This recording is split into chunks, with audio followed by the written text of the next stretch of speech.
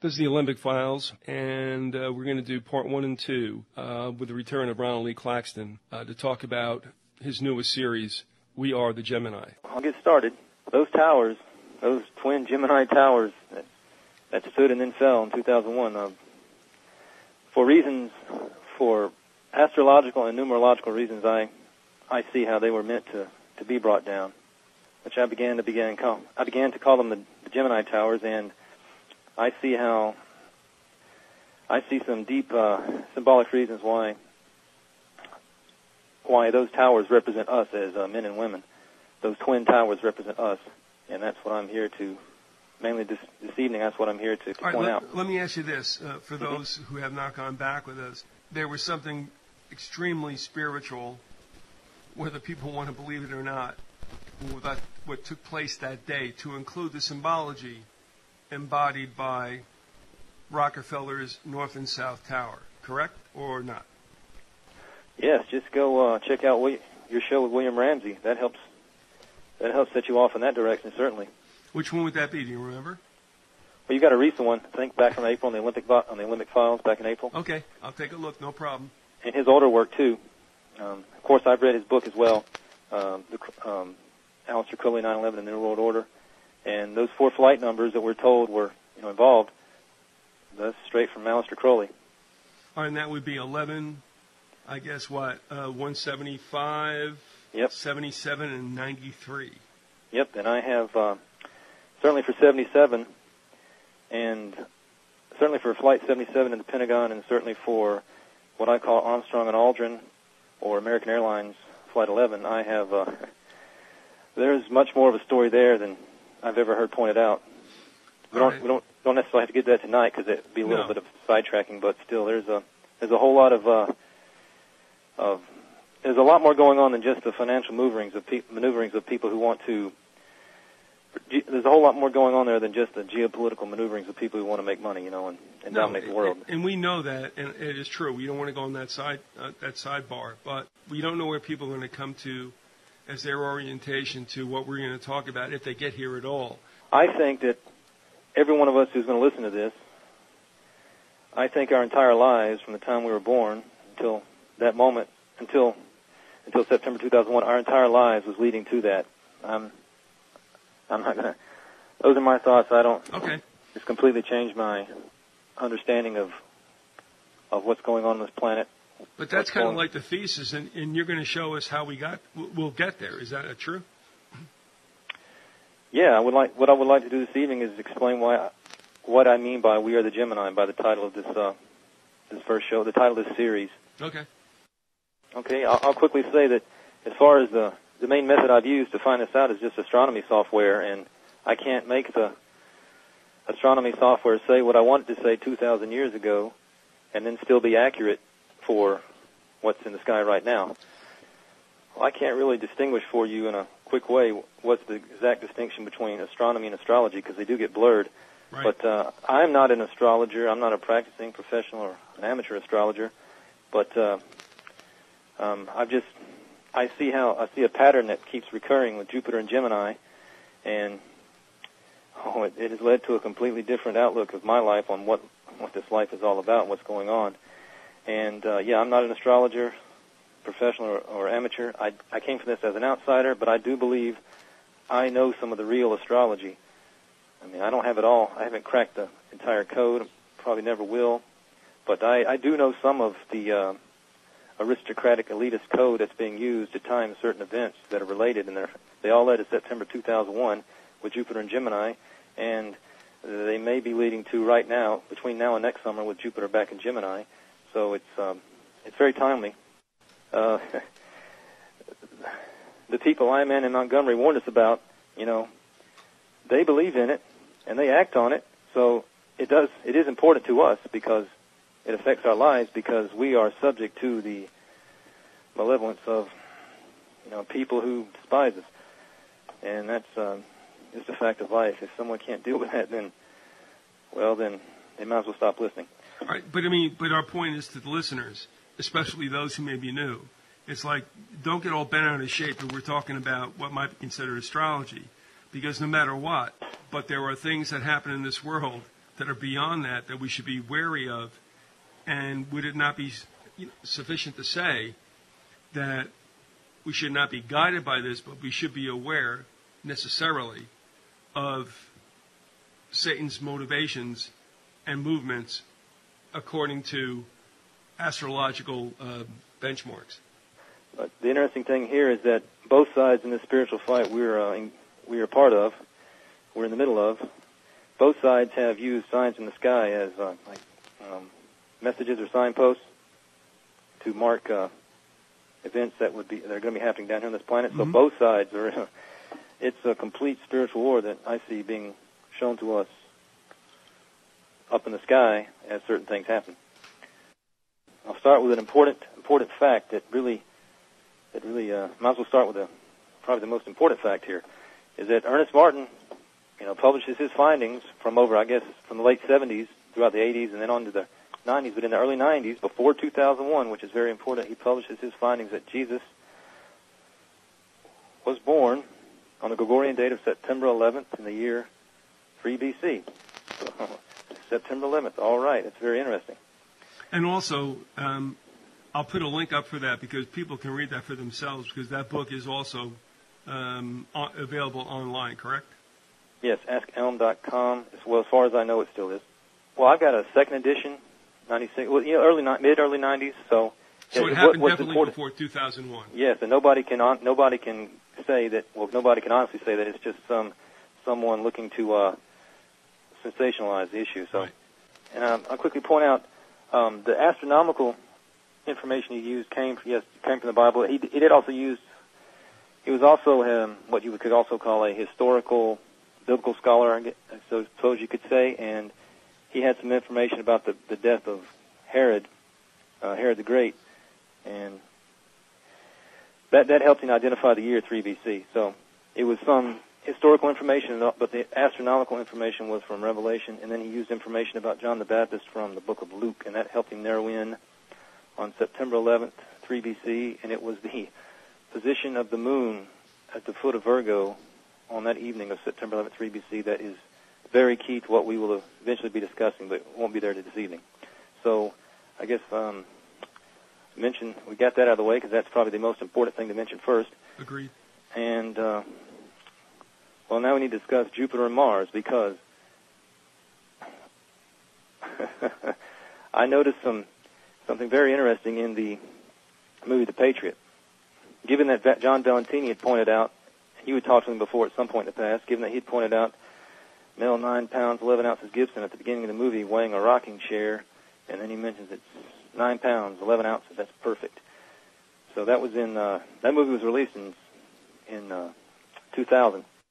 Well, given that, this is prior to 2001, Mel Gibson mentioning 9 pounds, 11 ounces, you could, okay, forget it, who cares? But then I noticed the matching astrology that goes with that, because when Martin goes to see Cornwallis, it's no accident that Cornwallis's 2 dogs are named Jupiter and Mars, and that's where we're picking up here, because Jupiter and Mars is Jupiter and Gemini, Mars and Sagittarius. That's the main. That is the main. From what I see, going all the way back to what would be the birth of John the Baptist. What is key that Gibson weighs the chair and he says 9/11, meaning 9 pounds 11 ounces. He says perfect. Is that correct? Yep. All right. But later in the movie, Cornwallis summons his 2 dogs, and their names are Jupiter and Mars. And all right, now let's break it down again. Why is that key in the whole structure of what we're talking about? Because I looked it up and I knew that was important, and I looked it up, and Jupiter is in Gemini. Jupiter was in Gemini, so you got to ask yourself, well, Gemini is interesting because of the towers, the 9/11 reference, and then Gemini and the Gemini towers, the twin towers, and then Jupiter. Oh, that's something I forgot to mention about Martin. He mentions Jesus is born on September 11th, but the Jupiter, because of where Jupiter would have been in the sky and what it was doing. Jupiter, Martin reasons, is the star of Bethlehem. Jupiter, the planet itself, is the star of Bethlehem, the wandering star. So in this context, Jupiter being in Gemini, now you've got the twin towers, the Gemini towers, associated in this context with Jesus Christ because of Martin's work. And, okay, so Jupiter and Mars. Jupiter was in Gemini in September of 2001. Mars was in Sagittarius. And so Sagittarius is a centaur, an archer, a hybrid being. The Gemini are not portrayed as hybrids. They're usually portrayed as I usually see them as portrayed as two men, or two twin males or something like that. But I suppose just two twin males, but they're not hybrids. And Sagittarius is a hybrid being. It's a centaur, a half horse, half human hybrid. And that's one of the movies Valentini pointed out. That you have an obvious 9/11 reference, and then you have the Jupiter and Mars thrown in there. Valentini also pointed out another movie, Face Off, a few years prior to 2001, where somebody's reading a letter, and on the top of the letter you see the date September 11th, 1997, maybe September 11th. And so in that movie, I found the same astrology. But this time it wasn't Jupiter and Mars, but it was Gemini and Sagittarius, because the bad guys in that movie were Castor and Pollux Troy, and Castor and Pollux are the two primary star systems of Gemini. The good guy was FBI agent Sean Archer. So that's a Sagittarius reference, Sagittarius the Archer. All right, let's back that up a little bit. Talking about who the first two principals were, what are their names in the movie? The bad guys in Face Off are Castor and Pollux. Well, I guess there's more, but they're two of the bad guys. Castor and Pollux Troy. I don't remember much about the movie, but Castor and Pollux Troy are bad guys. All right, and say it slowly. Castor, Castor and Pollux, Pollux. They're the two primary stars you see. They're like star systems, but the two bright spots you see in Gemini, that's Castor and Pollux. So you saying those characters' names in the movies bear that spelling? Yeah, that's a direct reference to Gemini, yes. They're spelled that way, and it's a direct reference to Gemini. So what you're saying is they could not have that spelling if it wasn't understood what was going on here. Yeah, I mean, you've got people who know what's going to happen, and they're mocking us, they're laughing at us, but they're also signaling to each other, or just like you say, winking and nodding at each other at our expense, because we're too dumbed down mentally and physically to know what in the world's going on in this world. But in a case like this, also, for those of us who are kind of aware, I would never have picked up on that had not, yourself or Valentini had done that. So when we look at something like this, it's a situation where folks like yourself are saying, hey, look, take a look at this, and do we think it's actually accidental? Is that correct? Yeah. To me, it's certainly not accidental, because you've got where they put a 9/11, either visually or they say it, there's some visual or audio, auditory, there's some visual or auditory 9/11 reference, and then when the astrology that matches, when the astrology that I've noticed is there with it, Jupiter and Gemini and Mars and Sagittarius, or some kind of Jupiter and Mars, some kind of Mars and Sagittarius reference, or even the Archer reference itself, that's putting that together is not accidental. When you go back to the Patriot, you've got 9 pounds 11 ounces, you got Jupiter and Mars, and then right after Jupiter and Mars, right after Cornwallis sees his two dogs, Benjamin Martin, Mel Gibson, and Cornwallis, they go sit down, they discuss the grievances that they both have. And Cornwallis states his grievance, and then Martin wants to go into the issue of prisoner exchange. And Cornwallis says, we have 18 common criminals under sentence of death, but we hold no prisoners of war. And Martin says, well, if that is your position, then 18 of your officers will have to die. 19 if you hang me as well. So right there, am I getting carried away? Am I too fast or something? No, well, too fast perhaps, but not carried away. So let me just stop you, and that's the reason I'm going to do it. Because we don't want to lose anybody who thinks, well, there's something going on here, and you would in fact be right. We do understand that the news and the record will tell us, the historical and newspaper record will tell us that 19 Arab hijackers supposedly pulled off 9/11 on 4 planes. Whether you believe that or not, okay, but you're saying right now that the usage of 19 in this particular reference to Patriot in the Patriot movie is key. Is that right? That's very key. The date was there, 9 pounds 11 ounces. That's 9/11. Okay. the primary astrology, Jupiter and Mars. The number of hijackers we're told, 19 British officers. So that's three instances of foreshadowing. Okay. And Valentini pointed out so many more, and I've noticed some of the astrology in them. And but let me bring you back to that whole thing with the movie The Patriot. Where do you get Jupiter and Mars in that? Because that's the name of Cornwallis's two dogs. He's so happy to see them. All right, so you got them involved in that too. Okay, all right. The two dogs, Jupiter and Mars. And so, September 2001, Jupiter was in Gemini, Mars was in Sagittarius. Well, I knew about Martin's work. I knew that Martin pointed out, and it's because of the position of the new moon at the foot of Virgo that Jesus was born, September 11th of the year 3 BC, the Gregorian calendar. I knew he pointed out that Jupiter was the star of Bethlehem. And so, that's very interesting. The Gemini, the twins, the twin towers, Jupiter in Gemini, and I've come across this, I forgot where I read it, but there's this, in the Western system, there's some concept that Jupiter is in detriment when in Gemini. Jupiter is in danger, Jupiter is in harm's way when in Gemini. But the exact quote was, Jupiter is in detriment when in Gemini.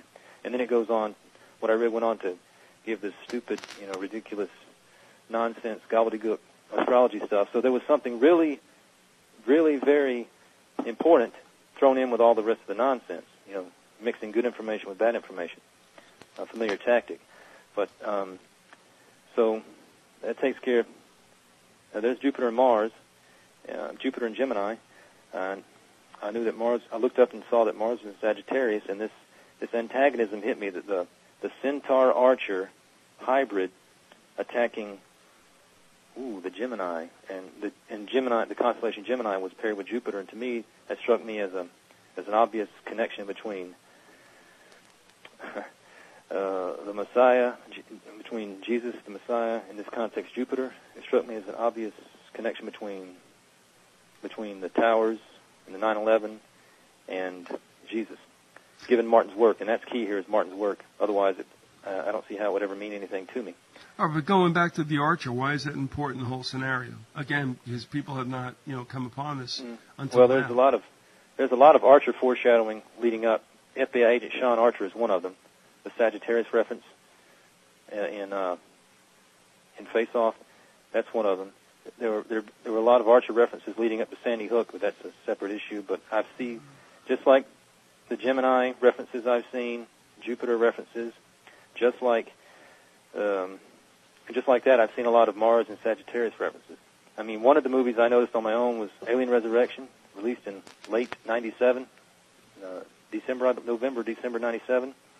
There is a visual Jupiter and Gemini reference because the ship is called the United Systems Military Auriga, and you see the ship come. There's been an accident in space. Not an accident, but there's been a major incident in space. It's more than an accident. It's pretty much the end of the world on that ship. The aliens are loose and they're going crazy. Well, you see, the ship automatically redirects itself back toward the planet Earth. So here comes the Auriga, and you see the ship on screen come cruising past the planet Jupiter. And off behind the ship and behind Jupiter, you see the two prominent stars, and it's shaped just like Gemini. So there's a Jupiter and Gemini reference. And I looked it up, and I remember that in December of 2007, or 1997, Mars is in Sagittarius, what I remember seeing. So there's another Jupiter and Gemini, Mars and Sagittarius reference. All this foreshadowing that probably even goes all the way back to the 60s in the famous song, The Fifth Dimension, when the moon is in the seventh house, and Jupiter aligns with Mars. Well, in September of 2001, Jupiter did align with Mars in the correct way. Jupiter was in Gemini, Mars was in Sagittarius. So how is that related to Ernest Martin? Well, given what Ernest Martin pointed out, Jesus being born on the 11th of September in the year 3 BC, Jupiter being the star of Bethlehem, I decided to look, well, John the Baptist would have been born 6 months earlier. I decided to look, there might be something there, but if there's not, it doesn't matter. But there is something there. 6 months before, in early March 3 BC, 6 months before Jesus was born, when John the Baptist would have been born, Jupiter was in Gemini, Mars was in Sagittarius, and, well, that matches September 2001. But not only that, in early March 3 BC, when it looks like John the Baptist would have been born, Mercury, the messenger planet, was beginning to make its way through Aries the Ram. And, John the Baptist as the messenger for Jesus, the messenger for the Messiah. It's as if John the Baptist was, I take it as a signifying that the messenger is here and telling you that the Messiah will be here as well. But the messenger, Mercury the messenger, making its way through Aries the Ram when John the Baptist would have been born.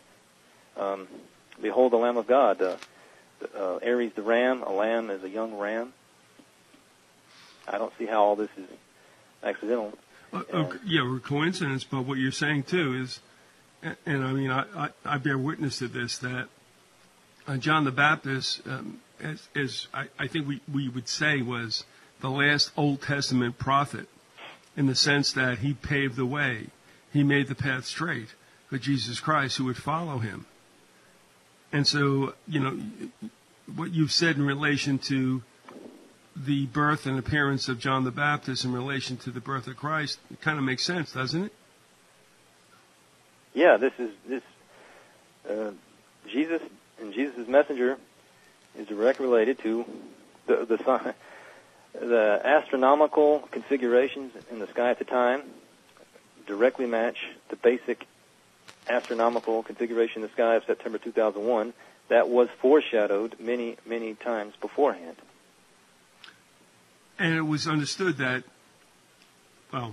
eventually it was understood clearly what happened, and that was John the Baptist was not the Christ, but the one who would foretell and make straight the path of Jesus, correct? Yes, a messenger, right. And that's why... Right. Messenger, right. That's one of the...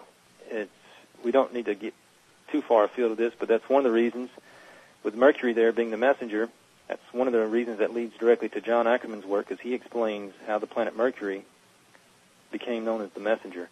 And what's very important, too, that I've only gone back to 2,000 years ago, because as far as I can tell, only what I call the Ackerman planets are involved, the visible planets, Mercury, Venus, our moon, our sun, but Mercury, Venus, Mars, Jupiter, Saturn.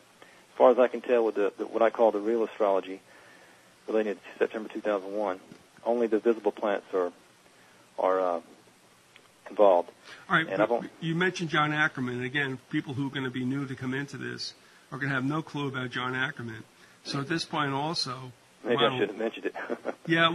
Mention it, and and again, the websites, if you can, to where they can study what he's unearthed as well. Yeah, if you're interested in why Mercury is the messenger, how the planet became known as the messenger, they should go to cycliccatastrophism.org. That's where he has his blogs, and start looking through there. He's got a new book. Apparently, he does have a new book he's putting out now, and he's promoting it on the blog site as his new blog. All right, would you slowly pronounce that blog again? Cyclic Catastrophism, CYCLICCATASTROPHISM, cycliccatastrophism.org. I don't remember the exact address. That's okay. I'll get that up. Website. Yeah. His main website links to his blog site. Okay. His blog site is more helpful overall, but his main website does. Yeah. But the new blog site, he's got a blog where he mentions, here's how you can get the new book. So. Okay. All right, I'll get that done. No problem. Thanks for offering that, because that is obviously some very good information. And John and I did a number of interviews, I guess, back around 2004 or 5. So it's been a while. Well, I didn't know it was that long, but yeah. Ernest Martin, John Ackerman, William Ramsey, The Informer, James Montgomery, John Valentini, what I've noticed on my own that pulls it all together, which is another show or two all by itself, but completely changed my outlook on what is going on this planet. So let me just ask you, just cold, when you found out all this information, what light bulb went on in your head? The light bulb that went on my head is that Ernest Martin is correct, because I began seeing that whatever John Ackerman has wrong, I began seeing that whatever Informer and Montgomery have wrong, and whatever William Ramsey has wrong, and whatever John Valentini had wrong, and I began seeing that whatever they have wrong is insignificant compared to what they have right, and it all, I can't explain it all very quickly, so it all ties together and shows that the people, the people you've had on your show, your show has been a conduit for real, solid information, and you're not putting out junk information, and certainly not. You certainly haven't been involved in deceiving people like the people we're subject to on this planet. So, through all the interviews I did, and I mean, for the most part, when I had people on, and it was very clear those who I kind of cleaved to more than others, that when you encountered me through a friend of yours, Eric, who also knew my work, that it dawned on you something is up here, and that to me is one of those aha moments where you realize that, yeah, okay, somebody sees it from afar, and I mean, does that mean you're alone or right? Well, not necessarily, but what you're offering is to people and saying, okay, you take a look at it and you decide for yourselves. And that's, I think, where we've gotten now. John Ackerman, when I interviewed him a long time ago, and before he kind of got ill for a spell and came back, I mean, what he had to share was mind-blowing, but it was accurate. Of course, when the mainstream media doesn't pick you up, everything that happens that's not on the mainstream media, of course, is garbage, which is, in itself garbage. So, I mean, what we're dealing with right now, and I just want to, again, this is kind of a primer for people who have not heard you or perhaps me before, and that is, what we're telling you is the truth. And it may take a lot of, scraping through the minefield to find out. But if you do, then you have to make a decision for yourself as to what you think necessarily is going on. So, I mean, it's a long way to going about it, but this brings us back to where you came in also, because you started to realize that, as you just had mentioned, Ramsey, Ackerman, Valentini, I mean, their all works seem to converge on a truth which we would believe because of Jesus Christ, but I'll let you go on with that by all means. Well, I don't know I haven't met everyone, and so I can't say that the people I'm talking about here, the former Montgomery, Ramsey, Ackerman, Valentini, Martin, I can't say that they all believe exactly what I believe about my need for Messiah or how I relate to our Creator, to Jesus. So when they read from the Bible and they say, well, this right here means this, I'm sure you're going to have different opinions, and somebody might say, well, how can you be linking to their work when they said this about whatever topic, about whatever spiritual topic? But what I can say is the information they brought to your show, their primary information, it's overall it's solid, and it unifies, and I see it leading directly to September 2001, especially the Iron Man in Montgomery.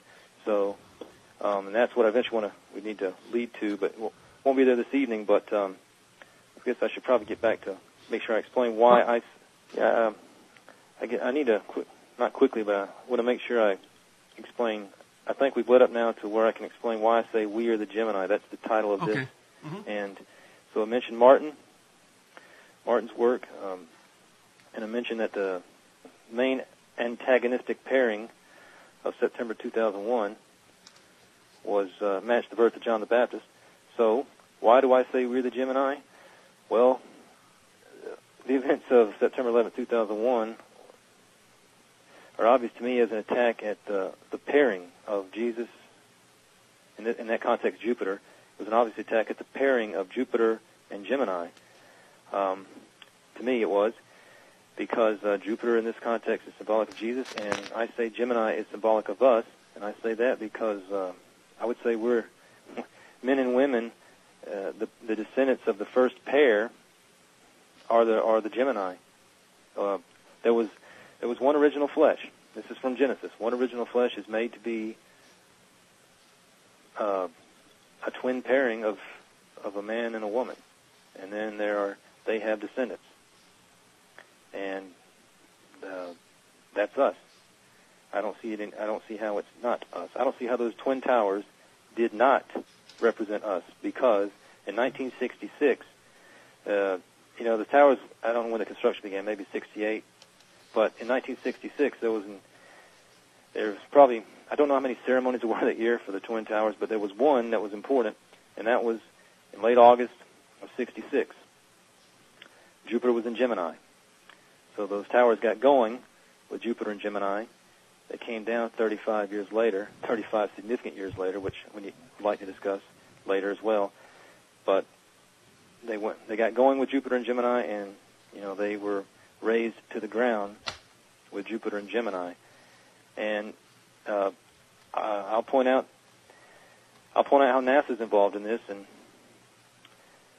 because the Mercury to Gemini to Apollo sequence of NASA in the 60s and early 70s, that is the story of September 2001. That is the astrological story of September 2001. If anybody doubts that there wasn't some funny business going on back then, just go to Wikipedia, enter Project Gemini, and then look at the top right and look at the picture you're looking at, the Project Gemini mission or program logo or program emblem. Just look at that picture and ask yourself what those two stars, Castor and Pollux of Gemini, just ask yourself, what do those look like? Given that the messenger phase of NASA's overall foreshadowing ritual, the messenger phase, the first orbiting messenger we had was John Glenn. The first acknowledged orbiting messenger we had was John Glenn, 3 orbits in February 1962. Right. There may not have been any funny business going on there. I think the Mercury program itself was part of the ritual, just the whole messenger phase. But the specific mission of John Glenn, he's on Friendship 6 or whichever space capsule he was on. But the fact that John Glenn was our first orbiting messenger, shortly before the towers got going, well, I do not see how in the world that it wasn't planned that he went back up in late 1998, at the age of 77. Hello, William Ramsey. I don't see how that's an accident that he went back up shortly before the towers came down as a ritual messenger. I don't see how that's an accident. What NASA was doing in the 60s, that is the story of September 2001, astrologically speaking, and the numerology is there too, which we'll probably have to point out too. It was not February 62. It had to be fairly early though, because Shepard and Grissom had just gone up in their suborbital flights, but then there was a big deal about John Glenn being the first American to orbit the. Yeah, I'm looking around on Wikipedia because I remember I was living in a place where it couldn't have happened in 62, at least in February. The main thing I was pointing out was the Project Gemini program, that picture, that the Project Gemini, what do you call it, an emblem, the program patch. Mm-hmm. I mean, I don't want to prejudice anybody's thoughts about if they go look at it what they see, but oh boy, Project Gemini. I see it as no coincidence. I see it as no accident that, given the events of September 11, 2001, Jupiter and Gemini, given one of the groundbreaking ceremonies for the towers in August of 66, right, about 2 weeks later, with Jupiter and Gemini 11 lifts off. I don't see how all that's just the random meanderings of history. All right, let me clarify this because I don't want to leave people with a misconception. It said John Glenn became the first American to orbit the Earth aboard Friendship 7 on February 20, 1962. That's what you're talking about. On the Mercury Atlas 6 mission, circling the globe 3 times during the flight, lasting 4 hours and 55 minutes and 23 seconds. This made Glenn the 3rd American in space and the 5th human being in space. So I stand corrected. But I remember that happening, and I remember watching the TV while he made the 3 passes. I mean, that was really big deal in the old TV days. And understand, in February 62, this child was 10 years old. Yeah, but do you see what's going on? I mean, NASA put a messenger. You can go read John Ackerman's work about Mercury, the messenger planet, why it is the messenger. So that was shortly before the towers got going. That in itself, you figure that's no big deal because, somebody's got to go up, right? Somebody's going to orbit the planet first for the Americans. Well, why did he go up again in '98 on the space shuttle? Why did he go? I mean, why is NASA interested in sending someone who's in his late 70s? And he was, maybe people should check on me that he was 77, from what I remember seeing when that happened. So, from what I also know, in what was it, early 93, at age 77. David Rockefeller was age 77 when we had the WTC bombing. Then George H. Bush Sr. was 77 in September of 2001. Oh, and I know a whole lot of 77s that I can tell you. It's not the purpose here, but I can give you a whole list of 77s that lead straight back to Ernest Martin and the star Regulus in Leo, in the constellation Leo, and that leads right back to why he's correct about Jesus being born on September 11th, 3 BC. So,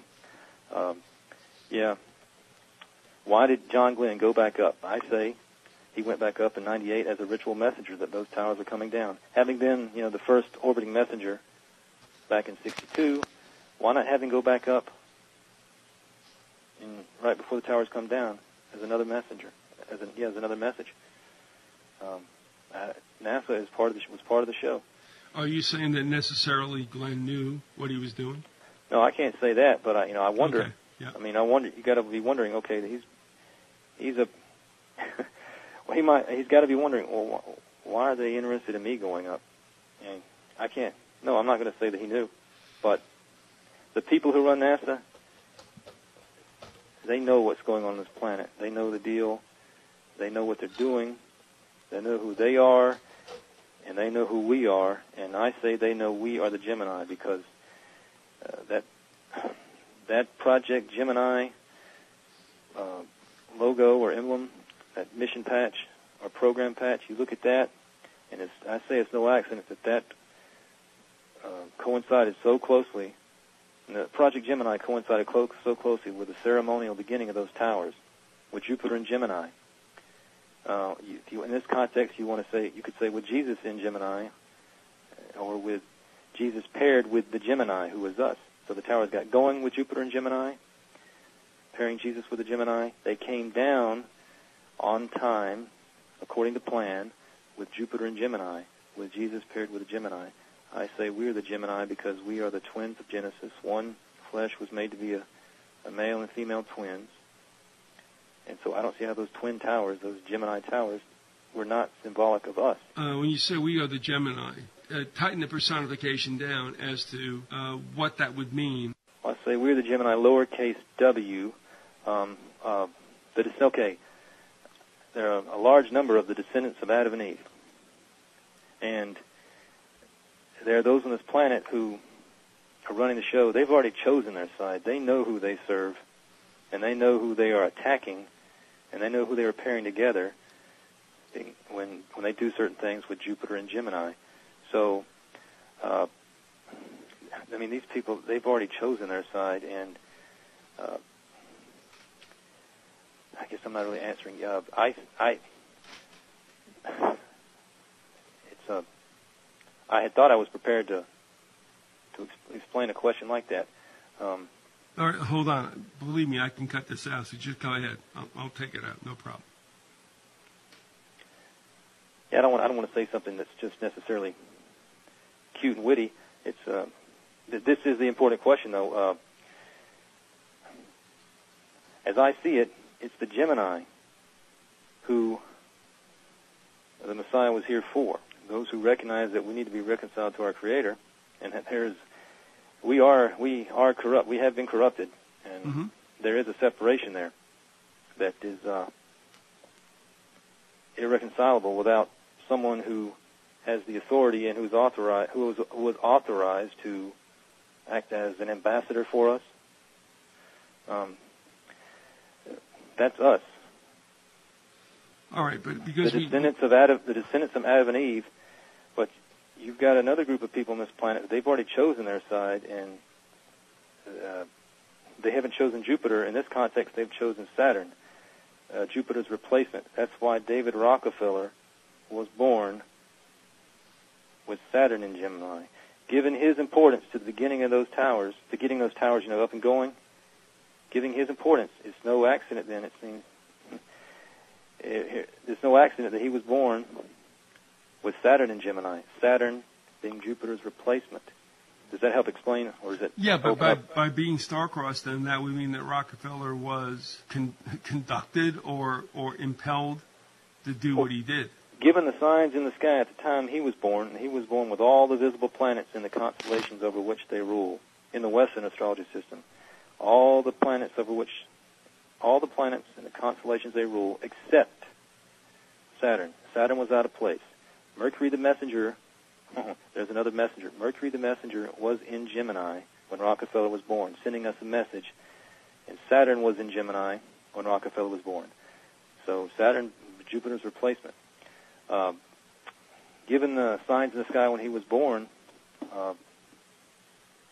it seems like he was given a task. These elitists, aristocratic elitists, they know who they are. They've already chosen a side. Right. They know they are against the Lord. They know they're against Jesus. They know they're against us. Right. They've already chosen their side.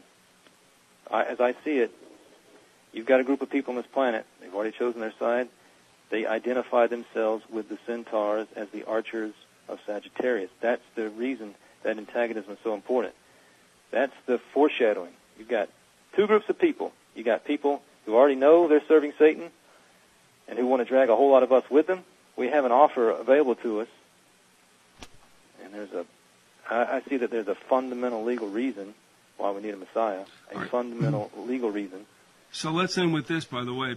Can we make a choice? Can we get out of this? Can we understand that this is a very pivotal point in human history?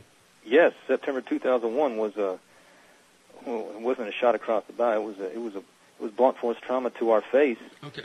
That you've got a group of people who identify themselves as different from us. They know the spiritual side they're siding on, and by calling us the Gemini, no, we should not. I'm not saying let's get involved in all astrology and become astrologers. What I'm saying is you've got a group of people who, as I see it, they're calling us as separate from them. They're identifying themselves with the centaurs of Sagittarius, and they're identifying us as the descendants of Adam, who, it makes me wonder just who are the sons of God of Genesis chapter 6. And I'm not talking about giants here. I'm just talking about who are the descendants of the sons of God. Okay. You've got people on this planet who, obviously, they act like it. They believe they're better than us, and, I don't want to scare anybody, but they do want to kill off as many of us because the Georgia Guidestones were not installed and in place just for the fun of it. The first tenet and the first precept of the Georgia Guidestones is going to require how many people on this planet now? It's going to require probably 6.5 billion people to die. Something like that, yeah. Mm-hmm. So Rockefeller and the group he sided with, his clan, they identify themselves as absolutely different from us. Mm-hmm. And they do certain things according to a timeline. Two of them were the beginning of the towers and the end of the towers, 66 and 2001. Jupiter was in Gemini. Well, given that Rockefeller was born with Saturn in Gemini, there's a replacement. As I see it, in this context, Saturn is Satan, and Satan is certainly bent on severing the pair of Jupiter in this context, of Jesus in this context, with us, who I say we are the Gemini. So Saturn is Jupiter's replacement. You're talking about people who are going to end up following. You've got Messiah and you've got anti-Messiah. I would rather be one of the Gemini and follow who I see as the Messiah, who was here for as I see it, for a fundamentally legal reason. And you've got Satan or Saturn in this context, who wants to sever that tie and drag a whole lot of us down with him. So I hope that explains it well enough. Yeah! In the first show we just did, I'm trying to further make the case that, as I see it, there is a group of people on this planet who they definitely consider themselves superior to us, and they, astrologically speaking, I've noticed that they seem to be identifying themselves as different from us. They identify us as the Gemini, and they identify themselves with Sagittarius. So what I've noticed is that in the novel 2001: A Space Odyssey, I've read the novel and I've seen the movie, but I'm going to be discussing right here specifically from the novel because I've noticed what it appears to me is that Clark is actually pointing out the Sagittarius, the group of people identifying themselves with Sagittarius, and the Gemini, the people that they identify as I guess that's us, the useless feeders, and the little people. So you have to think back to the movie. Moonwatcher is the ape at the beginning who touches the monolith and gets the special knowledge and then gets the bright idea to pick up the bone and use it to hunt with, and then to eventually kill another ape. Mm-hmm. Well, in the first chapter of 2001: A Space Odyssey, Moonwatcher and his tribe, they've been out not hunting, excuse me. At this point, they've just been out gathering food, and Moonwatcher had come across some honey. And he's licking his fingers, and he's on his way back home to the cave. And Clark mentioned that he's content as now as he's probably ever going to be. But his contentment vanished when he reached the stream. The others were there, capital O. They were there every day, but that did not make it any less annoying. And he mentions here there were about 30 of them, an exact quote, and they could not have been distinguished from the members of Moonwatcher's own tribe. So he calls Moonwatcher's tribe, I'm going to point out to you here in a moment how that's directly related to Dave Bowman and Sagittarius, that line of people. But here Clark is referring to the others with capital O. And they could not have been distinguished from the members of Moonwatcher's own tribe. Well, that's what we got going on this planet. Well, how so? We're all people. These people who hate us, they have blood in their veins just like us. They eat like us. They drink like us. They have to go to sleep. They have to use the bathroom. They can get a headache. They can get sick.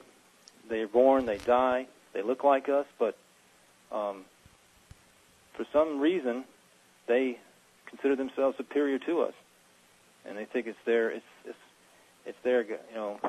birthright to domineer over everyone else who is not of, I guess you could say, of their tribe. Well, can we say that they've been kind of successful? Oh, they've been extremely successful, yes. Mm-hmm. All right. And they've done a great job of. Unfortunately, we've helped them too, but they've done a great job, and we've done a great job of helping them dumb us down in every way possible. And that's the sad state of affairs on this planet. All right. So this is the ongoing situation we have right now. Yes, and I see that Arthur C. Clarke was describing in 2001: A Space Odyssey in the novel. He's describing the class distinction that I've noticed when it comes to the primary astrology of September 2001. And so Moonwatcher is one who's going to. Moonwatcher is eventually. He's going to. Well, let me just say this. Moonwatcher wakes up in the morning. What was this? This thing wasn't there last night. He wakes up, and in the movie he touches the monolith. Well, in the book it's very specific. The monolith grabs individually each one of his tribe. The monolith grabs them. It grabs their mind, their attention, and they're helpless. And it teaches them things. And so it teaches Moonwatcher's tribe, but especially Moonwatcher, it teaches them various skills. They still have to practice, and they're still kind of, fumbly with it, but they're still they're not skilled yet, but as time goes on, they will develop these skills that they've learned. They've been taught in their mind. And a year goes by, and Moonwatcher's tribe has, Clark mentions that in the course of a single year, Moonwatcher and his companions have changed almost beyond recognition. Not so much physically, but the way they can use tools now, and they hunt with the bones, and they have small tools they can use. Well, but no utopia is perfect. One of the reasons Clark says that is because the tribe across the river, the others, capital O, they had survived and had stubbornly refused to die of starvation. And so what happens here is Moonwatcher, he and his tribe, to get to the point where eventually, think about the movie. They come upon the others at the little watering hole, Well, here in the book, Moonwatcher and his tribe, they bring their weapons. There's Moonwatcher plus 12 others, there's 13 of them. They come, they bring their weapons, and they're coming to kill. And they kill the leader. Well, Moonwatcher kills the leader of the others, capital O. So that's significant because Moonwatcher is directly related to Dave Bowman, because after Moonwatcher kills the leader of the others, the other tribe, Clark mentions that, he's amazed in what he's just done. Now he was master of the world, and he was not quite sure what to do next. But he would think of something. So at the end, when Dave Bowman goes to the monolith, and he becomes the star child, the bubble baby, and arrives back at Earth,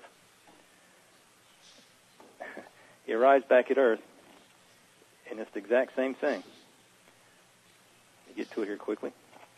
In the last chapter, Star Child. So the Star Child gets back to Earth, and there before him, a glittering toy no Star Child could resist, floated the planet Earth with all its peoples.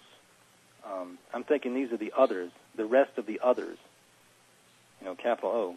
But these are the little peoples. So he mentions that here come the nations of the world. They throw up their nuclear weapons at him because there's some big menace in the sky. But he became aware that a slumbering cargo of death had awoken and was stirring sluggishly in its orbit. But he's not worried about it, but he wants a cleaner sky, so he put forth his will and he detonates them. Then he waited, marshaling his thoughts and brooding over what his untested powers. For though he was master of the world, he was not quite sure what to do next, but he would think of something. That's exactly as Moonwatcher. Moonwatcher made the kill, killed the leader of the others, and he didn't know what to do next, but he would think of something.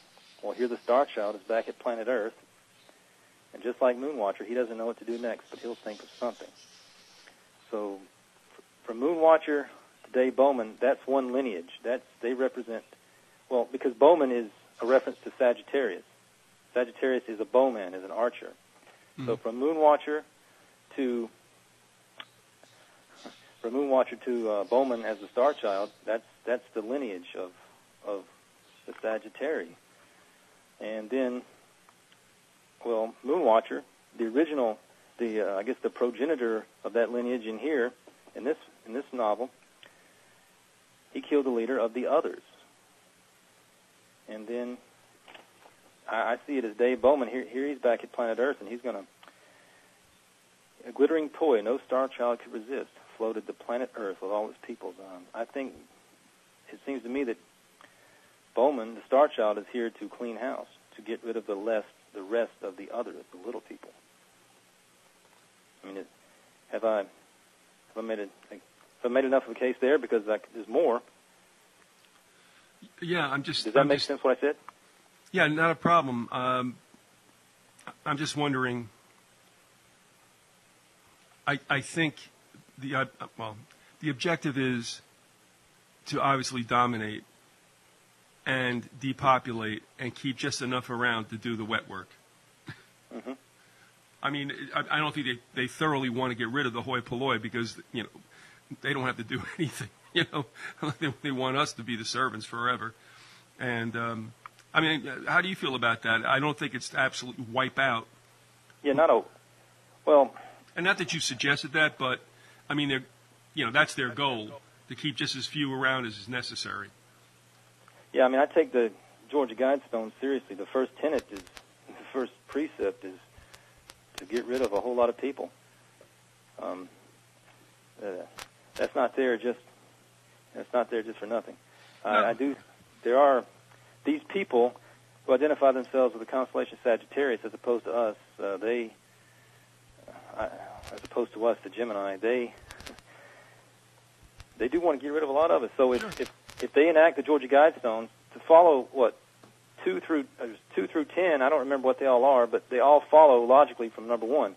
They only work if you do number 1, and number 1 is you get rid of reduce the world's population down to around 500 million, and that will require, I don't know, roughly 6.5 billion people to be killed. Yeah, and everywhere you look, I mean, I don't know if you remember the famous Jacques Cousteau quote that came out quite a few years ago now, when he just glibly said, basically to preserve the earth, call it sustainability. you'd have to kill about 100,000 people a day. It was something like that. It was so insane I couldn't believe it when I heard it on the radio. So I went and took a look, and sure enough, there was the quote. It was in a UN magazine at the time. Yeah. I can't remember which it was. But every time you turn around, everybody's squawking. I mean, what's behind peak oil? Too many people, eventually. That's what it gets down to. Global warming, or whatever you want to call it, climate change. Get rid of people. Everything is geared to depopulate. Kill. Well, Ronnie, if you think about it, and this is something we are not, I don't think, we don't have in the forefront of our mind about the casualties that take place outside of war. And a while ago, I was taking a look at World War II civilian casualties, and I cannot recite the number, but it was staggering. So when you think about it, what is one of the greatest and most beneficial money-making enterprises for the, what would you call them, the Sagittarii? And that is to have a world war. Because not only do you make a lot of money with the armaments and such and rebuilding after everything's been deconstructed, but you also take out not only the soldiers, which represent probably the healthiest of any of the country's population. This is why war is crazy too. You know, human beings send the fit out to fight, and I understand why. But that leaves the 4F home to breed. That is not looked at as a socio-biologically smart move, but that's what we do, and it happened especially in World War II. So when you take a look at not only the military casualties, but especially the fatalities on the civilian side, it goes a lot further, and probably is a pretty effective, and as we said, financially beneficial enterprise for these people, and I think we have one coming in the not too distant future. Oh yeah, we have to, because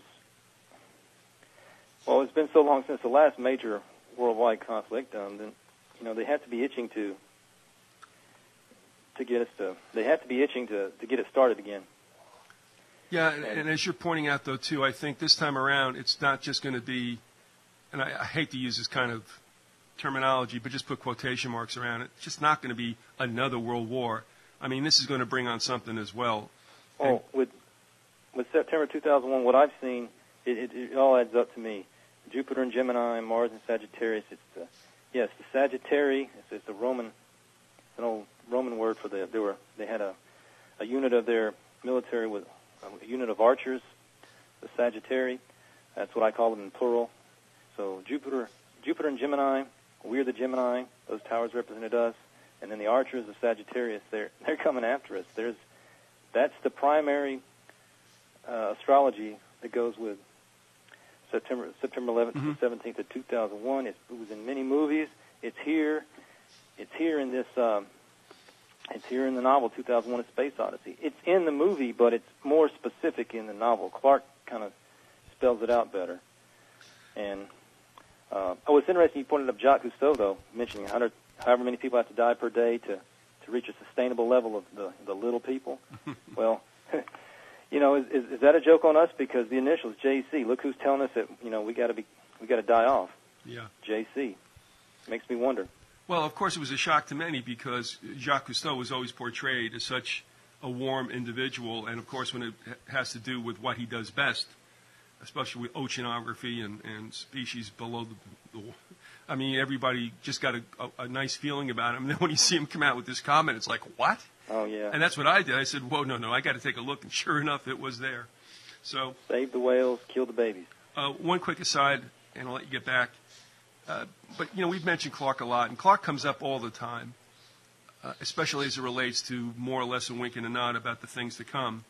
One, do you think Clark knew exactly what the plan is? And two, do you think he necessarily was a proponent and a supporter of it, or do you think he just basically laid it out for us? I think he was a chosen spokesperson. I mean, I'm reading it in this book. I can't go through it all tonight, but I've also talked by email, William Ramsey. I sent him some of the things I've noticed that Clark is obviously a student of Crowley. I don't think he's a fan. He was a fan. He's a devotee. Yeah, he was a real student. He was a devotee. Yeah, he knew.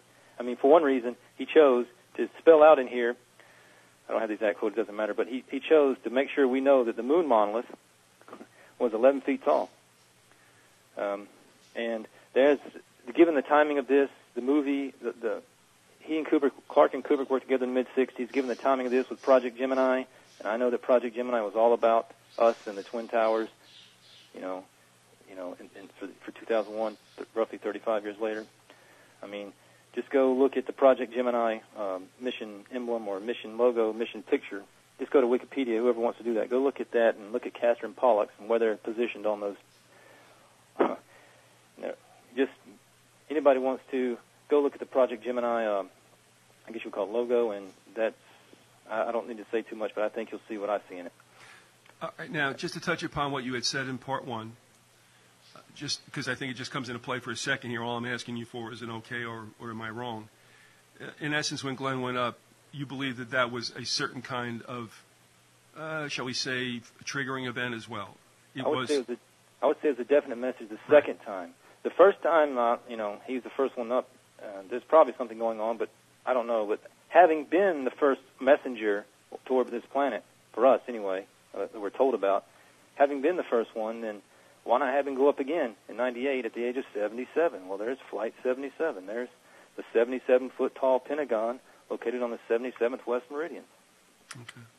And one last thing about Clark. One, do you believe that he met with foul play? You mean Kubrick? Yeah, I'm thinking about Kubrick. You're right. Yeah. I kind of don't distinguish between both, and they seem to me to be joined at the hip. But I would have to distinguish it because Clark obviously wrote, Kubrick presented it, and all right. And I also wonder now if Kubrick too understood the game plan, which I think he did, and whether or not he was a proponent of it as well. Yeah, I can't say how much of.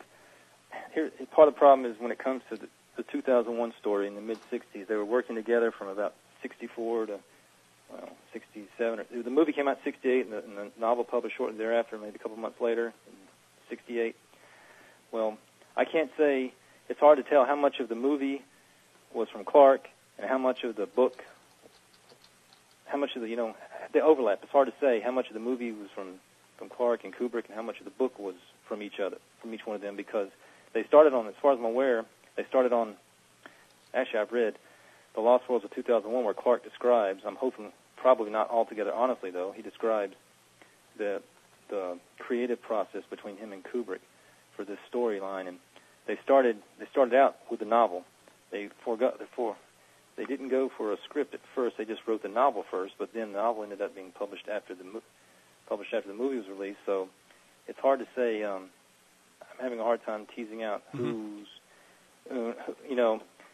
I think Clark is probably overall the one who had the greater awareness of the deep, dark occult elements that ended up in the story, but Kubrick was quite aware of a few things, and maybe at the end I could mention a bang, bang, bang sequence in the movie where he throws a lot in there right there visually, and then he throws in a little audio quip that's very interesting. But, yeah, I think Clark, I don't remember what the original question was, but Clark was definitely, Clark knew what was going on, he knew what he was doing, and I'm trying to get to the point here where I'll say that Clark was definitely a believer in who we would call the Messiah, and that's what the AE-35 is all about. Okay. But I mentioned Moonwatcher to Bowman, that relation, and another thing that says to me that Clark was deliberately showing how the year 2001 was going to host some event or something where you had the Sagittarius take aim, shoot their arrows, and attack the others, the little people. The reason I say that, there's another reason here because Dave Bowman is the one who goes through the only one who goes through the Stargate monolith. It's called a Stargate in the story, in the book. And he's the only one who goes to there at the expense of all the other astronauts who are on the ship. And when Hal mentions in Chapter 21, birthday party, when Hal mentions that, he mentions right here, sorry to interrupt the festivities, but we have a problem. So Bowman and Poole was talking with his parents. He'd had a birthday party. He was talking on the television screen with his parents back on Earth, but he's out on his way he's past Jupiter now. Sorry to interrupt the festivities, but we have a problem. So they ask him, what is it? I'm having difficulty in maintaining contact with Earth. The trouble is in the AE35 unit. My Fault Prediction Center reports that it may fail within 72 hours. So the AE35 is a little control box that relays the commands from the main computer of HAL to the antenna, to the antenna motors to keep it aligned with Earth so they can continue to keep in contact and communication with Earth, with mission control on Earth. So HAL recommends that they replace the AE35. And there's a whole lot going on here, because later in chapter 33, well, first I should say that when HAL mentions this, and Bowman and Poole start to act on HAL's recommendations, and this is where all the trouble begins on the Discovery, which soon leads to everyone but Dave Sagittarius Bowman being killed. They're the others. They're the Gemini. They're just like the others, the leader of the others that Moonwatcher killed. So all the astronauts on the Discovery are separate from they're of a different lineage. This book is showing two lineages. There's us and them, the Gemini and the Sagittarius. Bowman's line, Moonwatcher to Bowman's line, and then the other people. And all the others are the ones who were killed in this. It's never the Sagittarius. So HAL recommends that they replace the AE35. But you find out in chapter 33, called Ambassador, you find out about Dave Bowman. He's the only one left at this point, and he's on his way to Saturn's moon Iapetus. That's where the monolith, the big monolith is that acts as the Stargate that will take him out to meet his destiny. So Clark mentions that in the whole of history, there had never been a situation quite like this. He's talking about Bowman. And he says, he was an ambassador extraordinary, plenipotentiary for all mankind. And it's important because Dave Bowman was 35 years of age. You find out in one of the earlier chapters that he was 35. So Bowman is one of the other AE35s here. He's the ambassador extraordinary, plenipotentiary for all mankind. He's 35, so he's one of the AE35s as well. The AE35 control unit that HAL recommend be replaced, that's the ostensible, superficially that's the AE35, but Dave Bowman is one of the AE35s too, because he's the ambassador extraordinary. For all mankind, Clark says, but not really. I would say for all man, capital M, for all the big people, the we the people from the Constitution, those people. And this is significant that Dave Bowman is one of the AE35s because when HAL mentions for them to replace the AE35 unit, it looks to me like what he's really saying is to replace Jesus Christ, because Ernest Martin points out that Jesus was born September 11th, 3 BC, the Gregorian date of September 11th, 3 BC, and I've looked through Chronos, Kairos, and Christos, and it seems that the crucifixion was in April of 33 AD. So Jesus, if that's true, then Jesus was crucified with Jupiter and Gemini, and he was born not with Jupiter and Gemini, but 6 months before the messenger John the Baptist was born with Jupiter and Gemini. And Dave Bowman, being 35 in the year 2001, that's linking him to the Twin Towers, because the Twin Towers began and ended in 66 with Jupiter and Gemini. And it began ceremonially, but 66, Jupiter and Gemini, 2001, Jupiter and Gemini. So Dave Bowman, being 35 in the year 2001, he was born with Jupiter and Gemini, and here he is in 2001 with Jupiter and Gemini, and HAL is recommending for them to replace what I call the genuine AE35. I mean, there are at least three of them. Am I making sense? There are three of the AE35s in here. It's a very important concept because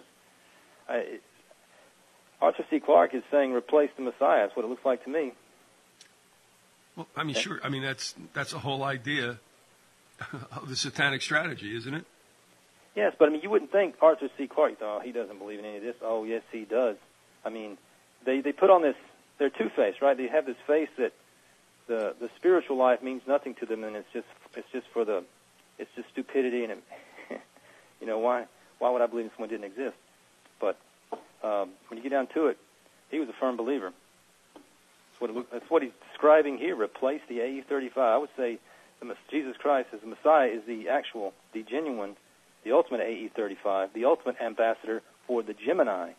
But Dave Bowman is described as the ambassador extraordinary, plenipotentiary for all mankind. But he is an ambassador for a different lineage or different group of people.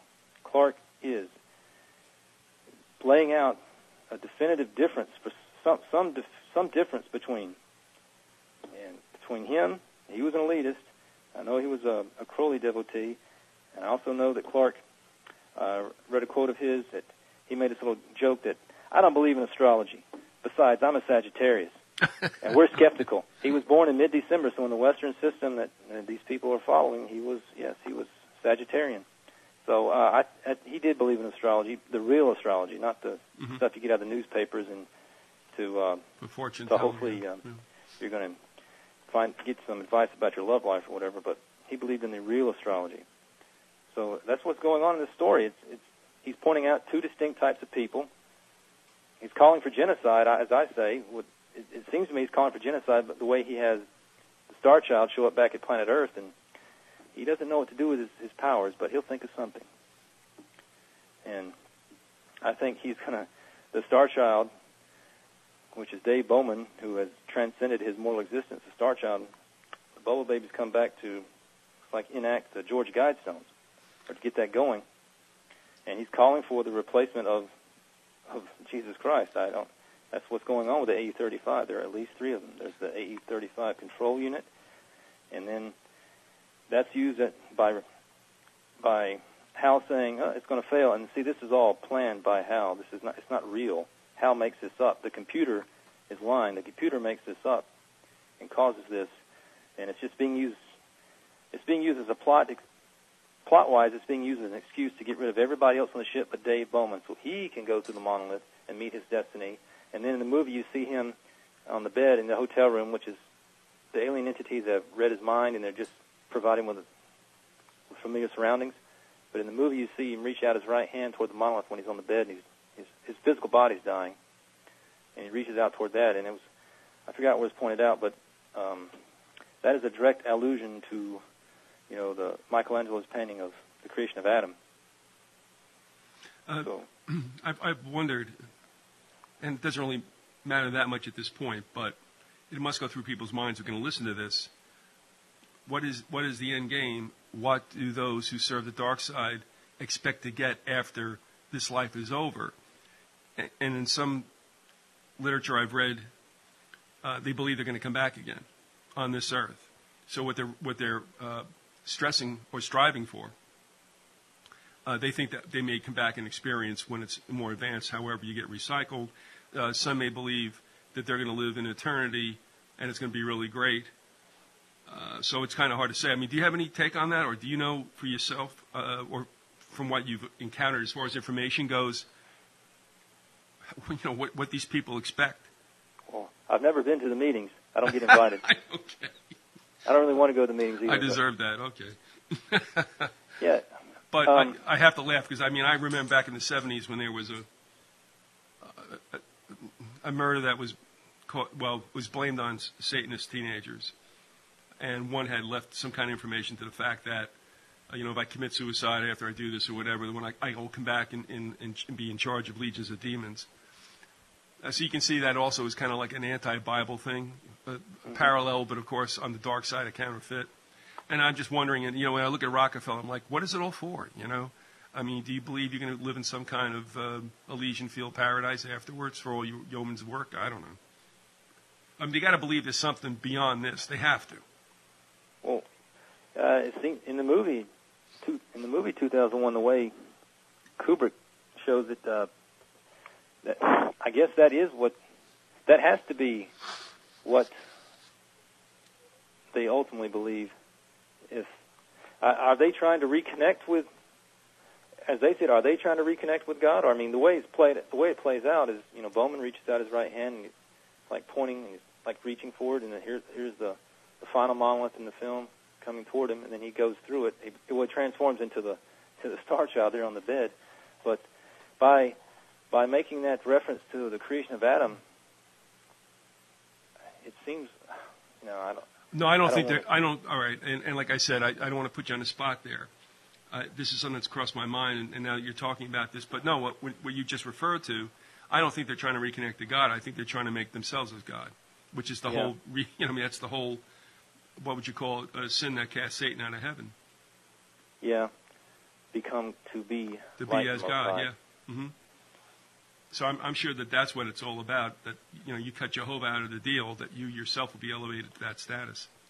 I can also see how that is could be in how they might consider that the way it was shown on screen in the movie. I could also see how the Sagittarius would consider that as a new Adam, a new creation for a new age, or exactly. A replacement Adam. Mm-hmm. Right. To replace us, and that's what it's all about. When those towers were attacked. They were attacked, obviously. I say they were attacked by Armstrong and Aldrin, Flight 11, and not quite Flight 175. But we were, I tried to make a little Apollo joke there with Apollo 11 was Armstrong and Aldrin, and I think Crowley's AA is what influenced the choice of their initials, because Apollo 11 and 9/11 are synonymous. Remember, as I see it. Remember something also, too, Ron, and that is, there's something up there right now in its place. I mean, they put up, the Freedom Tower, they call it? Now it's called another monstrosity, huh? What is it called? One World Tower, something like that now. So there again, if you think about it for another time, here you have the recreation. The two towers are down, and what do you have in its place is this thing. So we have a rebirth, if you will. Yeah. You referring to that email, or just something we talked about before? Really, all of it. Yeah, because I sent around a couple of emails recently. Yes, you did. Ultimately, those are all the things we're trying to talk about here. They don't have to come up on the same show, but yeah, I do see. Oh, okay. As far as a birthday party on the 11th, in the chapter, let me get this thing open here. In the chapter here, chapter 21, it's called Birthday Party. This is where Hal recommends to replace the AE-35, which ultimately means to replace the genuine Messiah, AE-35, who looks like was at 35 years of age when crucified. In this chapter, it's called Birthday Party. That's where this is mentioned. And, so I could see how September 11, 2001 was a birthday party to replace the genuine Messiah. And, 7 days later on the 17th, which is important, and we can get to that. I was trying to build to that why the 17th is at least as important as the 11th. So, the 11th was a birthday party, and that seems to be a birthday party for Jesus Christ. That seems to be what Clark is saying here by having this in the chapter called Birthday Party. Replace the AE-35.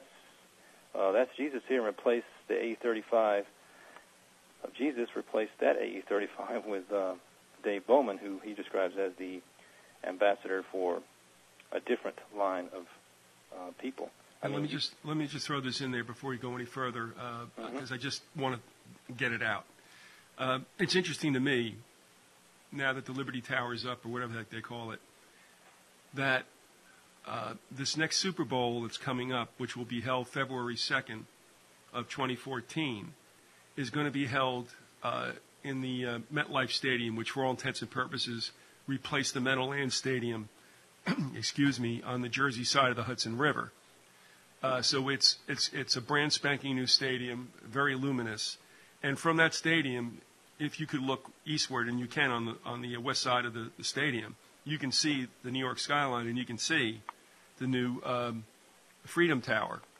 And what I find so strange is that this is the first Super Bowl that will ever be held in a northern locale, a northern tier city that doesn't have a dome. They're going to play this sucker outside at night in February in New Jersey. And I just think that is so bizarre. Because the next three Super Bowls are going to go back to warm climes, whether it's Glendale, Arizona, and then it goes to Santa Clara, California, and then it goes to Houston. But to bring this one out and play it, all the havoc that could be visited upon something like that with regard to a blizzard or bad weather or just single-digit temperatures, it never made sense to me. But I think of it in terms now of what's going on across the river, that this is something of, and I think you'll admit, I think probably the biggest machismo event in America is the Super Bowl. So, and I've also had bad feelings about it because I'm wondering if something might go wrong there deliberately, if you know what I mean. And I'm thinking of the movie Sum of All Fears. So I don't know, but this is just kind of really strange. And of course, huh? I was going to say it is called the Empire State, and that's not accidental. No, but if you think about it too, is that what is the only obelisk that you could, or something that you would call akin to an obelisk on the island of Manhattan, and that's the Empire State Building. And if you want to, yes, we can go one further and also say the Chrysler Building, and the two of them are pretty close to one another in Midtown Manhattan. So yes, the Empire and the obelisk, and they were in touch, were they, on 2001, 9/11, mm-hmm. And I don't think that's a coincidence. Since I noted it, I don't have a thorough list, but I've noted quite a few events that seem to be the Jupiter and Gemini timeline seems to be a pacing. It seems to be a pacing, or certain key events that are related that lead to September 2001. They often happen with Jupiter and Gemini. So I've wondered if something else was going to happen, like if there was going to be a false, what do you call it? A false flag event? False terrorist event. Mm-hmm. Yeah. If it was going to happen at the Super Bowl next year, I thought, well, it's another Jupiter. Jupiter is in Gemini, and I looked it up, and if I remember right, I could have to check it again, but I remember seeing that that's another month where you have Tuesday the 11th and Monday the 17th. I know it's early in the month on the 2nd, but I just, oh, gee. But I also wonder if you don't want to get yourself worked up over something that, No. No, but I had told you about that a long time ago, and I look at things differently than I do as things used to be about 13 years ago. So when this came up, I mean, most people are like, well, that's kind of a weird choice, but okay. I mean, but now I'm thinking, okay, what else is this about? You know, I don't wish anything, but if you wanted to absolutely drive America crazy, you would kick it in its patriotic chops, if you know what I mean. And that would, and then remember, the whole idea of an attack at the Super Bowl has been in cinema for quite some time. We can go back to Charlton Heston's Black Sunday. I mean, that's always been kind of a thought of it. And the last thing we had was the Sum of All Fears, where the event happens in Baltimore. But it's just one of those things that are kind of like out there, maybe in the subconscious. Well, the recent Batman movie, Gotham is portrayed. Yeah, it's New York City, basically, the way it's shown. And then Batman saves the day, but you do see, I mean, the bomb doesn't go off in the city, but he gets the nuclear bomb and he drops that over the ocean, but you see a nuclear flash. Okay. And it's a city that's a lot like New York City. Well, New York's nickname has always, well, before the Apple, I mean, going before the Big Apple, was Gotham. Oh, I didn't know that. Oh, yeah. Oh, there's no doubt about it. Oh, gee. I mean, Gotham is also now vernacular for, I guess, city or whatever.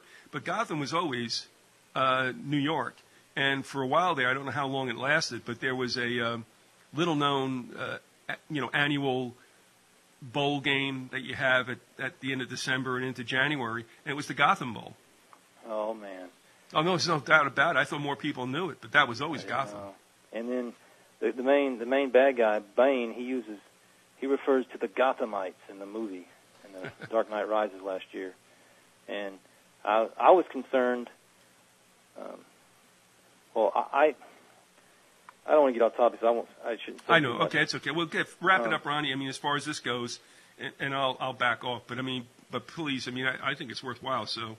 Well, I mean, I was going to mention something. I'll tell you what I was going to mention, but we shouldn't talk about it because it really would get us off topic. I was going to mention the whole Sandy Hook angle and why it is that Bruce Wayne gratuitously shoots an arrow at the beginning of that movie, which is it's just so stupid and out of context, and it's just but it's.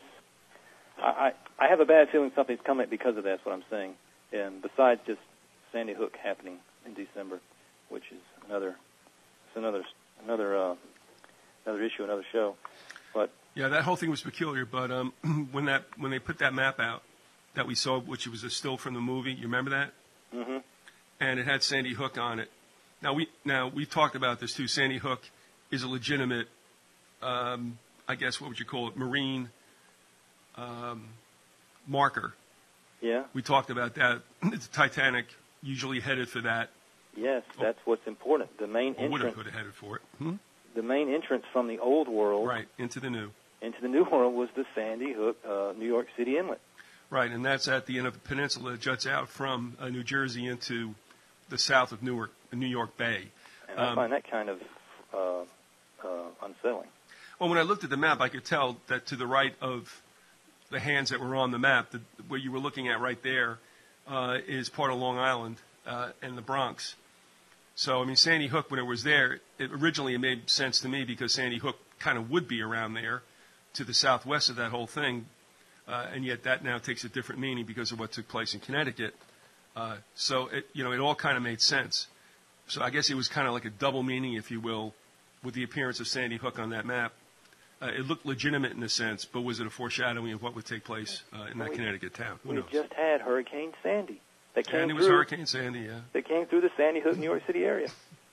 I mean, and that looks like, I know the winds when it gets up high enough, the winds will blow it the way it did, but you look at the storm track, it's a big hook, a big right hook into the, or a big left hook into the, yeah. And then the school, Sandy Hook Elementary, was right there at the end of a hooked road.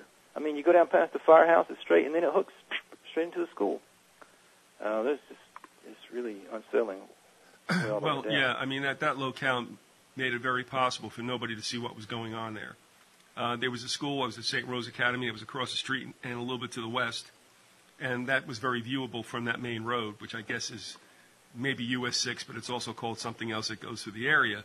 But where you have that particular school, the Sandy Hook Elementary, that thing was very far out of sight, and I don't think that was a coincidence as well, so... No. All right, well, thank you for suffering me with that topic, and get on track again if you can, bro. One thing I should mention, Bowman, Dave Sagittarius Bowman, ends up being the only one, and I'm talking about the novel here, he ends up being the only one to get out to Saturn. The only one who survives Hal's rampage, and the only one who makes it to Saturn, to Saturn's moon Iapetus, where the monolith is. In the movie, they go to Jupiter. I don't know what the switch is. I don't know the whole story. But it seemed to be significant that, it is significant that Bowman is the only one who makes it, and he's the ambassador for the Sagittarius, and he's going to go meet his destiny at Iapetus. He goes through the Stargate at Iapetus. Now, I don't know because I'm not a Mason, and I'm not a secret society member. I'm not a high-level occultist, but I have heard in certain occult lore, the Antichrist, the abode or the Antichrist originates from Iapetus, and Iapetus was once known as Saturn V. It's now designated Saturn VIII because of the discovery of some other moons, but when it was originally discovered, it was labeled as Saturn V. And there's the Saturn V rockets. NASA, the spirit of the Nazis is satanic. NASA is invested with the spirit of the Nazis, so it's satanic. And NASA is obsessed with Saturn. And it looks like they're obsessed with Iapetus, where I've heard, I don't know for sure if this is true, but I've heard that that's the abode of the Antichrist. So Dave Bowman, who was the representative or the ambassador for the Sagittarius who hate us, and they want to kill most of us, or I'm sure they ought to kill all of us, but like you said, they got to keep some of us around to do the dirty work. But he went out and met his destiny at Iapetus when he went to the monolith at Iapetus, and so that's why I think it adds here, and it makes sense. In Chapter 21, Birthday Party, Hal recommends replace the AE-35, which in this is Jesus Christ here, and replace with what? Well, Bowman is heading out, in a sense, heading out to meet the Antichrist, or to prepare the way for the Antichrist. And then Bowman transcends his physical existence, and he becomes the immortal star child, he's made to be plenipotent because he's the plenipotentiary for all mankind, for the Sagittarius. So he's given, full power. He's greatly enhanced abilities, and he comes back to planet Earth, and I guess he's going to cause a whole lot of destruction and welcome the Antichrist. That's what it seems to be. That seems to be what is going on in this novel. And so I should mention then, this would be a good way to bring up the importance of the 17th, Monday, September 17th of 2001. So you have the birthday party on the 11th. I take it as the initial day of a week of recreation for this new millennium. So the Messiah has a birthday party on the 11th and is symbolically attacked along with us, because I say those towers represent us. And as the Gemini, straight from Genesis, man and woman was made from one original flesh, and it's twin aspects of one original flesh. That's why one of the reasons I say we're the Gemini. Jesus was our ambassador. So symbolically attack the Messiah and the Gemini on the 11th. And then on Monday the 17th, that's like an invocation of the Antichrist, because William Ramsey points out with the flight numbers that were chosen, the ritual numbers that were used, 11, 77, 93, 175, those four flight numbers, it all adds up to an invocation of the one that Aleister Crowley chose to represent him. He mentioned somewhere, Crowley mentioned he wanted to be the chief of staff. He wanted to be Satan's chief of staff. So the spirit that Aleister Crowley lived his life to bring about, that the spirit of the age, that spirit he lived his life to bring about, that aristocratic revolution, that new aeon he wanted. I think it looks to me like it officially arrived on Monday, September 17th, 2001, and that's when Wall Street reopened. And then that's why I thought it important enough. I noticed that when our Constitution was signed in witness whereof on September 17th back in 1787, the Philadelphia Convention, I thought, I better pass that along, because you get a direct hit. I mean, I think it looks to me like our Constitution was, all the people who signed it, no, not necessarily, but at some level, and the person pulling their strings is ultimately Satan. These people they know who they're serving. It looks to me like the U.S. Constitution was meant to be a trap. Yeah. And the trap would be prepared, but years later, over 200 years later at that point, I think it was, if it wasn't sprung, it was Monday, September 17th of 2001, which is, I call it Apollo 17th.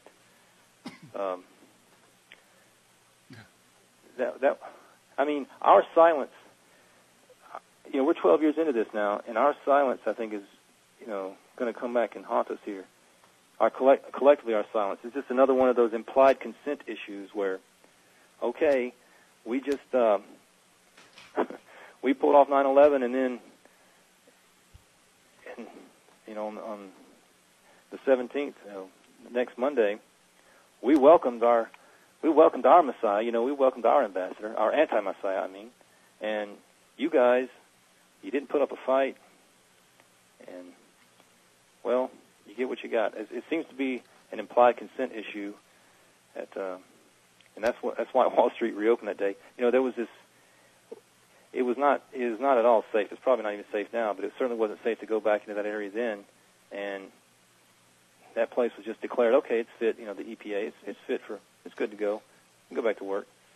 And so Wall Street reopened. The opening bell rang that Monday morning of the 17th, and I can see how that day, I might be making a great case here, but I see how that day was just an invocation of the anti-Messiah, the Antichrist. Oh, yeah. Well, you made your point about that, and I think that's very clear, yeah. Yeah, so that was a week of recreation to mock the creation of Genesis, and it's a new age.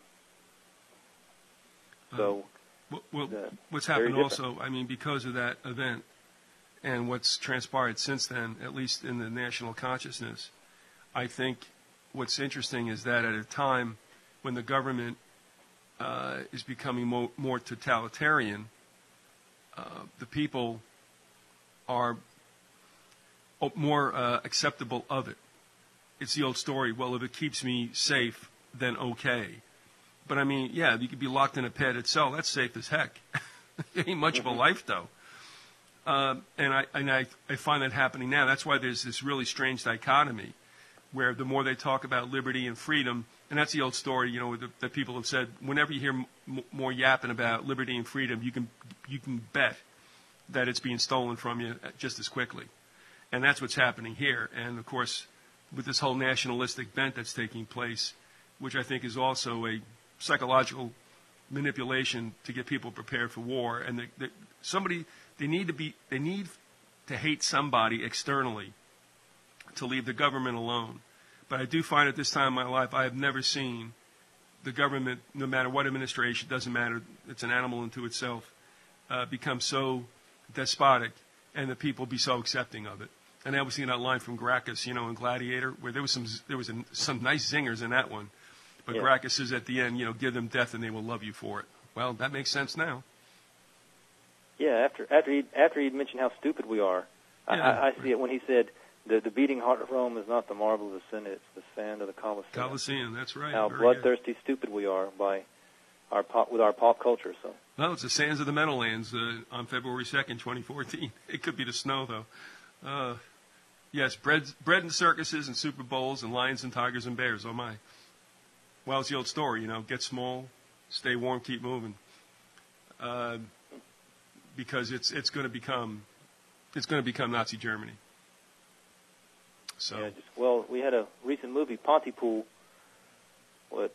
You have a little brief. Somebody on radio mentioned some Sandy Hook's in there.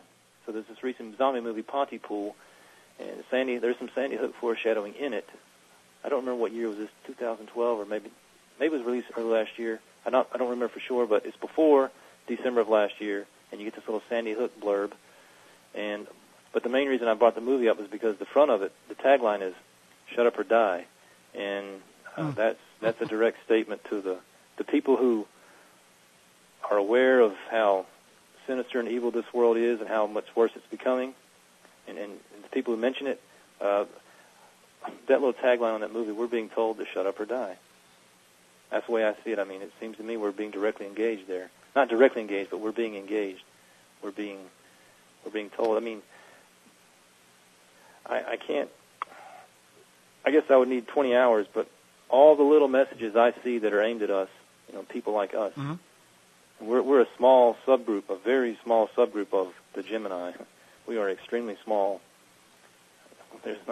There aren't many people. I don't think I'm superior to others, but most people do not seem to even be. Most people don't even seem to be aware that there's much of a problem. They know that the government's corrupt, but they have no idea how evil this world is. Well, the problem with the United States is that people know there's something wrong, but they don't realize that the government entity, no matter what party, for the most part, is in sway. It doesn't matter, but they think it's whatever's wrong is based on the other party. That's the only reason why that two-party system is still around. I mean, it's like ridiculous. I mean, as we've said, and I won't make a big deal out of it, but I mean, honestly, the agenda that's going through Obama's administration, most people would think would be that of the GOP. So it's almost like they're laughing at us because it doesn't make a difference who's there. What's going to get done is going to get done, and it's always been that way. But now, when Americans know that something isn't quite right, they just blame it on the other party. Well, yeah, Obama was. I mean, I'm not saying he's going to unleash the end of the world on us, but I do think there's a joke being played on us deliberately, where he's an abomination who causes desolation, and he was. You just mentioned how they don't even seem to care. No. The Democratic, the dichotomy, the supposed dichotomy between Democrats and Republicans, they don't even seem to care, and that's why his birth certificate. Have you seen his birth certificate? I got it from WhiteHouse.gov. His birth certificate was signed. The official signature was signed by someone named UKLE, and they tell us he was born in Hawaii. So there's a joke right there. Ukulele. So that right there is to hell with you guys, you stupid great. Little people. That's I mean, great. his birth certificate, the whole issue was a non-issue anyway, right? But then they made a nice little joke at us. I mean, it's when you think about it, okay, that's funny. That's a funny one. It was signed by UKLE, capital U, capital K, capital L, little e. So UKLE, and they tell us he was born in Hawaii. So ukulele. Oh, jeez. And I got that from WhiteHouse.gov. So right. that's the official one. So. I know. I mean, yeah, it's just so brazen now because it's two things. One, they know that most people aren't paying attention or they're just believing the party line. And secondly, it's so close, I think, to the last days of Pompeii, if you know what I mean, is that they know that nobody could step in right now and try to turn a population around. It's impossible. So it pretty much it's game set. Nobody's just yelled its match yet. You know what I mean? Yeah.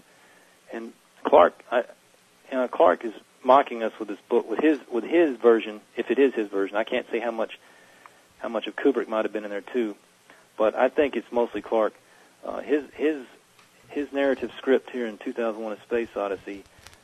He's mocking us with replacing the A35. He's saying replace the Messiah with the anti-Messiah, and then he may even be mocking us with Iapetus as the abode of the Antichrist, because Jerome Agel was someone who wrote a fairly, I don't know how famous, but one of the primary books around 1970 of the making of the film 2001. I think his name was Jerome Agel, and I saw where he pointed out that the spelling, the way Clark spelled Iapetus, he didn't spell it Iapetus. He spelled it some other spelling that was an older spelling that he called it Japetus, Japetus.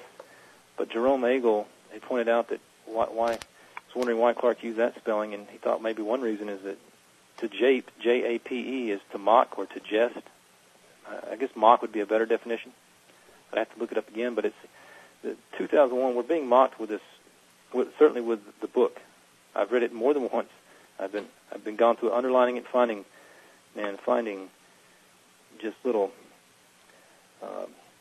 instance after instance where Clark he's obvious he's an elitist. It's obvious he thinks better of himself than the other people who he supposedly was speaking out for when he talked about one world and we need this for the poor people and this and that. That's very typical, but he's obviously an elitist, and he's mocking us with his book.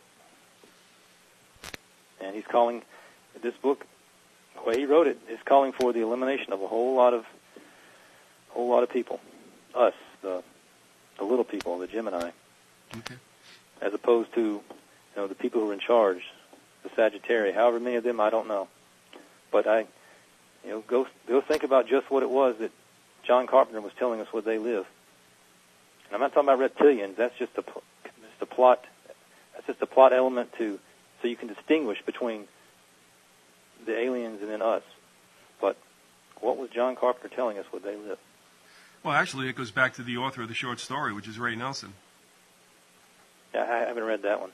I've heard of it, though. I've been told about it. Oh, no, I mean, the short story, you can read it online by now. But, I mean, the short story, it was packed full.